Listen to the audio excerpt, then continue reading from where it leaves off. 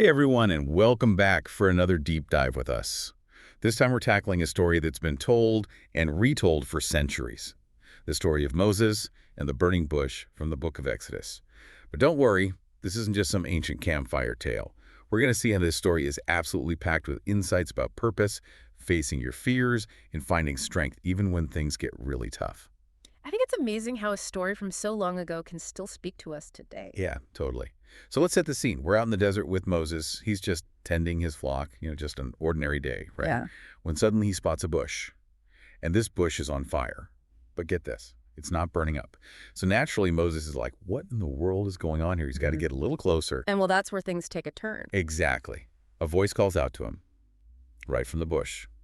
And it's God, telling Moses to take off his shoes because he's standing on holy ground. I don't know about you, but if I heard a voice talking to me from a burning bush, I'd probably take off my shoes too. Well, there's a deeper meaning there, too. It's not just about literal shoes. It symbolizes recognizing something bigger than ourselves, a moment of reverence and awe. Like when you're standing on top of a mountain and you can see for miles, or when you just look up at a sky full of stars, there's that sense of wonder and humility. You know what I mean? And exactly. We're just a small part of something much larger than ourselves. And speaking of something big, God reveals his name to Moses as, I am that I am. Okay, yeah. That one's always kind of thrown me for a loop. It's a phrase that makes you think. One way to understand it is as an expression of pure being, of eternal presence. Even when everything else feels so uncertain, there's this constant, unchanging reality at the core of everything. So it's not just a name, it's like a grounding force. Exactly. It's something you can hold on to when times are difficult, a source of strength and stability. But God doesn't stop there. He gives Moses a mission. And it's a pretty daunting one. He tells him to lead the Israelites out of slavery in Egypt. Whoa, okay, hold on. Remind me. Who were the Israelites again, and why were they slaves in the first place? Right. So the Israelites, they were God's chosen people, but they were living in Egypt under really harsh conditions. The Pharaoh had forced them into hard labor. Things were really bad for them. So God sees their suffering, and he picks Moses to set them free. I mean, talk about pressure, right? Yeah, you can say that again. And Moses, well, he kind of freaks out. He's like, who am I to do this? I'm just a shepherd. Right. But God reassures him. He says, I will be with you. I think that's a really important point. You don't have to face your challenges alone. Exactly. No matter what kind of struggle you're facing, whether it's personal or something much bigger, we can tap into that I am energy, that feeling of being connected to something bigger than ourselves. Like having a source of inner strength you can draw on. Precisely. And I think that's something that resonates with a lot of people today. We all have moments of doubt and fear and uncertainty. But this story reminds us that we're not alone. There's support out there if we're open to it. It's easier said than done, though. Even with that reassurance. I know I've definitely had times when I felt totally unqualified, like, wait, I can't do this. What about Moses? Did he just accept this huge responsibility without any hesitation? Well, not quite. At first, he resists. He comes up with all kinds of excuses, like, what if they don't believe me? What if Pharaoh says no? So even Moses had doubts and fears. Exactly. He was human just like us, and God understood that. So he gave Moses signs, miracles to prove that he was really sent by God. It's like God was saying, look, I get it, you're scared, but I'm here to help you. Trust me. It makes you think. Maybe there are signs around us too, things to help us stay on the right path. Absolutely. It could be a chance encounter or just a gut feeling that you're moving in the right direction. The key is to pay attention. So after all that back and forth, what did Moses decide? Did he finally accept the challenge? He did. He left his comfortable life behind and took a giant leap of faith to lead the Israelites to freedom. Talk about an adventure. Oh, yeah. And in part 2 of our deep dive, we're going to explore what happens next on that journey and how those themes of courage, faith, and purpose can apply to our lives today. So we left off with Moses, accepting this huge task, leading the Israelites to freedom. But it's not just about one guy's journey, is it? No, it's really a whole community story. Yeah. The Israelites have been slaves for generations, treated terribly. It reminds us that freedom and justice, it's often a collective struggle. And it's a powerful message about compassion. God sees how much they're suffering, hears their cries, and he steps in. It's like saying we have to pay attention to injustice and try to make things better. And that connects back to what we were talking about before, that sense of purpose.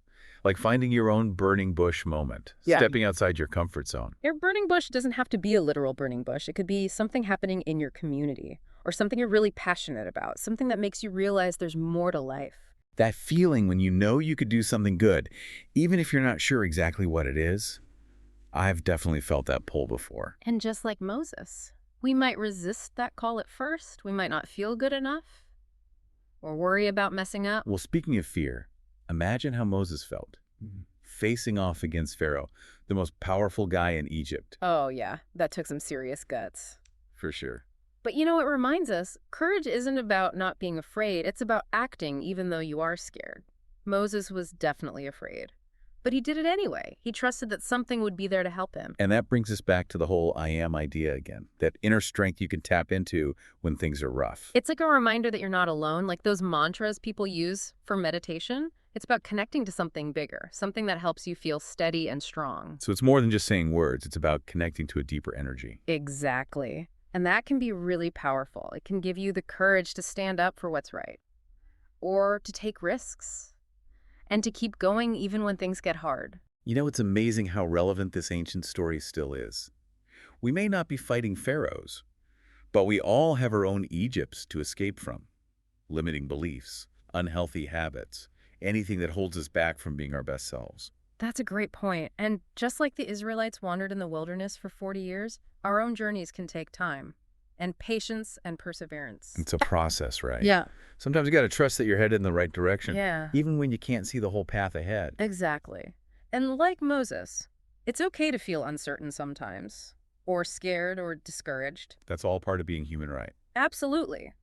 But don't let those feelings stop you. Learn from Moses. Keep moving forward, even if it's just one small step at a time. I like that. Small steps can make a big difference over time. Totally. And like the Israelites leaving Egypt, our own journeys aren't always straightforward. There will be ups and downs and detours along the way. But if we can stay connected to that inner strength, that I am energy, we can handle those challenges.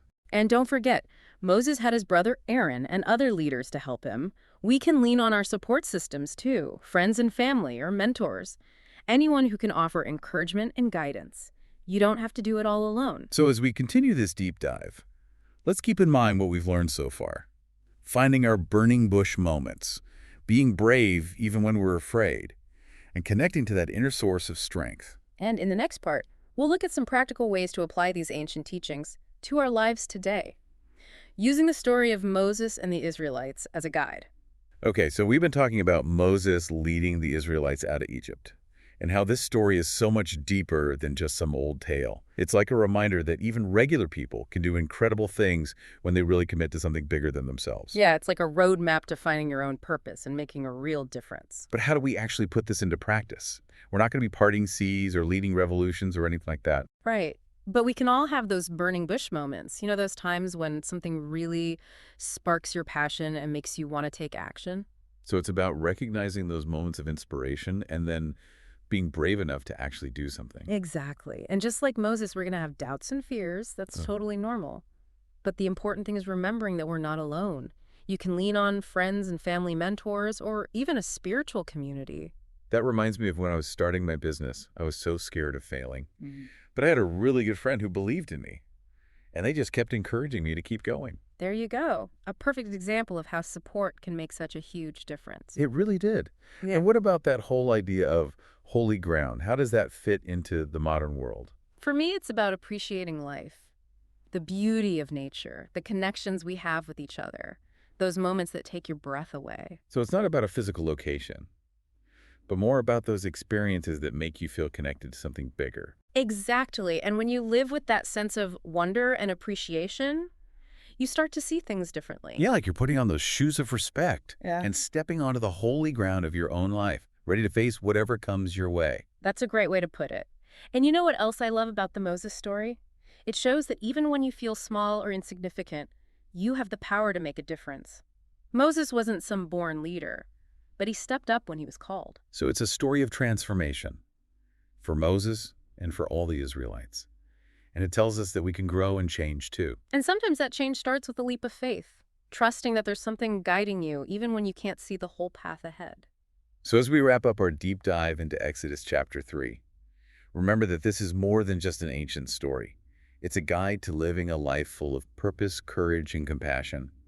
It's a reminder that we're all capable of amazing things, even when we're scared or unsure of ourselves. And you never know. Maybe the next time you face a challenge, you'll hear that little voice inside saying, I am, reminding you how strong you are, and encouraging you to step onto your own holy ground.